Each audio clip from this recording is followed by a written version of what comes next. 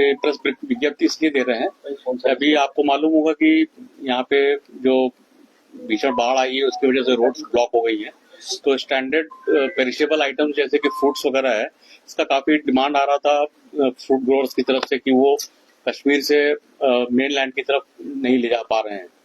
उसी को देखते हुए हम लोगों ने एक स्कीम जो टाइम टेबल स्कीम होती है फ्रेट ट्रेन चलाने की, बीपी जिसको बोलते हैं, जिसमें फ्रूट्स को जम्मू का आउटस्कर्ट है बड़ी ब्राह्मणा और उसके आगे दिल्ली तक ले जाने की अप्रूवल बोर्ड से ले ली थी। ये हम लोगों ने जो ये टाइम टेबल ट्रेन है, ये 13 को आदर्श नगर नई दिल्ली से और 15 को बड़गाम से फ्रूट्स को लेके मूवमेंट करेगी। ये डेली सर्विस रहेगी। इसके लिए फूड गोअर्स अपना रजिस्ट्रेशन वगैरह करा सकते हैं और उसको अपना कंसाइनमेंट भेज सकते हैं।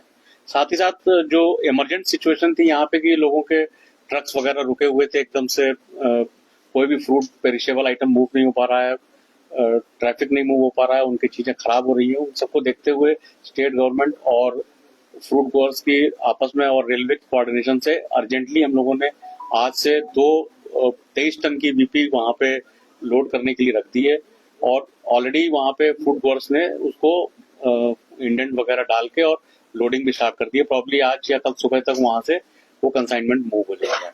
इससे इस एरिया का जो फ्रूट का मूवमेंट है वो काफी बिजनेस को फायदा मिलेगा, उनकी सेल्फ लाइफ बढ़ेगी और प्लस रेलवे और स्टेट के कोऑर्डिनेशन से ये जो विपत्ति की जो स्थिति है, इसमें एक अच्छा सहयोग और समन्वय का नजर देखा गया है और इसको हम लोग आगे भी रखेंगे। साथ ही साथ मैं इसी संदर्भ में आप लोगों को बताना चाहता हूं कि जो रोड ट्रैफिक बंद हो जाने से जो रिमोट एरिया है जहां पे अभी राशन और लोगों का आना जाना एकदम से बंद हो गया था, कटरा और बनिहाल के बीच में, खास करके रामबन का एरिया है और 2-3 एरिया है, उसको देखते हुए हम लोगों ने स्टेट गवर्नमेंट के डिमांड पे और इमिडिएटली एक्ट किया और एक फ्लड स्पेशल चलाई ट्रेन यहाँ पे जो कटरा से संगलदान तक जाती है और लगभग सभी स्टेशनों पे रुकती है, जैसे रियासी, बक्कल, दुग्गा, सावलकोट और संगलदान, जिससे वहां के लोगों को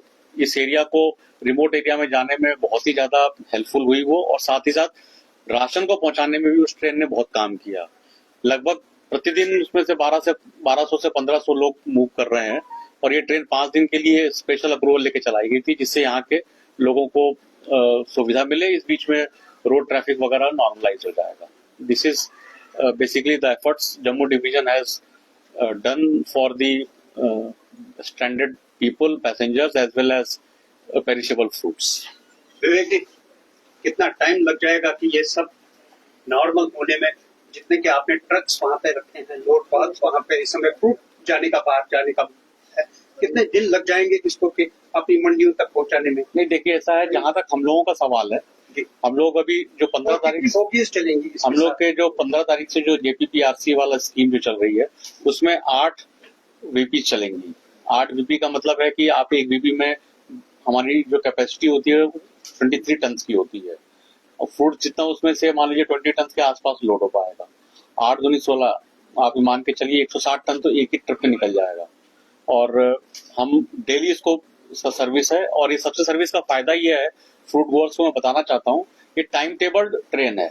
ये नॉर्मल आपकी जो गुड्स ट्रेन या फ्रेट ट्रेन होती है जिसमें समय ज्यादा लगता है, वैसी नहीं है ये पैसेंजर ट्रेन की तरह चलती है। इसका समय सारणी फिक्स है। बड़गाम से जिस समय निकलनी है, दिल्ली जिस समय पहुंचनी है वो फिक्स है, दिल्ली से जिस समय निकलनी है, बड़गाम में जिस समय आनी है वो भी फिक्स है। तो लोग अपना लॉजिस्टिक बहुत आसानी से प्लान कर सकते हैं। सिर्फ कटरा श्रीनगर वंदे भारत सितंबर में जम्मू से शुरू हुई थी, कितना टाइम लगेगा और कब तक शुरू होगी? कटरा श्रीनगर से जो वंदे भारत चलती है उसको जम्मू से जाने का पूरा प्लान है और हम लोग उस प्लान पे आगे बढ़ रहे हैं। बट चूंकि ये जो बारिश वगैरह इतनी कस के आई है और जो चारों तरफ वाइड स्प्रेड डैमेज हुआ है, रेलवेज को भी डैमेज हुआ है और लोगों को भी डैमेज हुआ है, यहाँ की जो लेबर वगैरह है वो भी यहाँ से मूव कर गई है, तो थोड़ा सा वो डिले इसी वजह से हुआ है। हम लोग लेकिन राइट पाथ पे आ रहे हैं धीरे धीरे, बस जल्दी से जल्दी कोशिश हमारी रहेगी, कोट अनकोट तैयारी हमारी पूरी कर रहे हैं जिससे जल्दी से जल्दी चला सकते हैं। सीआरएस ने इंस्पेक्शन किया, तो फाइंडिंग्स क्या है उनकी और क्या डायरेक्शन?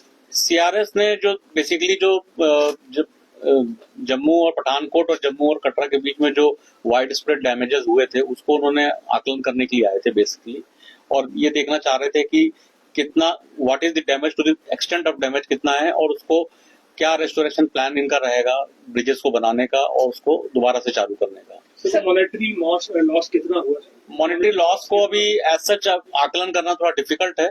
जब तक ये पानी रिसीड होगा उसको प्रॉपर पेपर पे उसका एनालिसिस किया जाएगा तभी उस लॉस के बारे में बताया जा सकता है।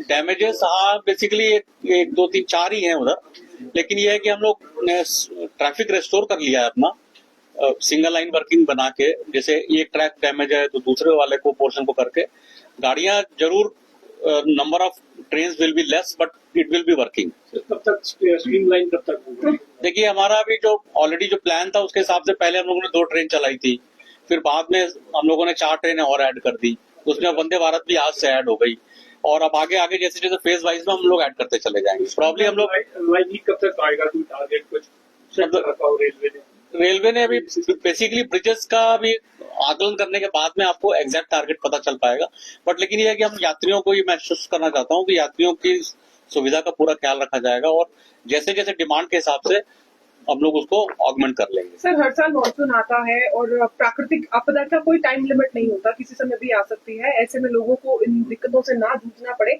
इसके लिए रेलवे जो एडमिनिस्ट्रेशन है किस तरह से आगे की प्लानिंग कर रहा है? हाँ बेसिकली क्या है कि देखिए हमारा जो सिस्टम था वो बारिश को जितना आता था उस हिसाब से तो गियर्ड अप है पूरा। आप देख ही रहे होंगे कि ऐसा कोई पिछले 20 सालों में 20 सालों में आपको ऐसा कोई ट्रैफिक डिस्ट्रप्शन नहीं मिला। यहाँ तक कि रेलवे तो माना जाता है कि ट्रैफिक कभी बंद ही नहीं होता। आप ये देख लीजिए कि कटरा से श्रीनगर के बीच में सारी रोड बंद हो गई, सब कुछ बंद हो गया, बट हम लोग बंद नहीं हुए। और हम ही लोगों ने सबसे पहले आगे बढ़ के वो स्पेशल ट्रेन वगैरह चलाई जिससे वहाँ के स्टैंडर्ड लोगों को फायदा मिला। बट ये चूंकि इस बार का जो रेंज था इट वॉज अनप्रेसिडेंटेड, और आप देखें अगर आपने आंकड़ों पे ध्यान दिया हो तो जम्मू में अकेले जम्मू रीजन में 24 घंटे के अंदर 380 mm पानी बरसा था। तो इस तरह का जो वाइड स्प्रेड रेन है उससे तो जो थोड़ा बहुत डैमेज होता है बट उसको हम लोग मेक ओवर कर लेंगे।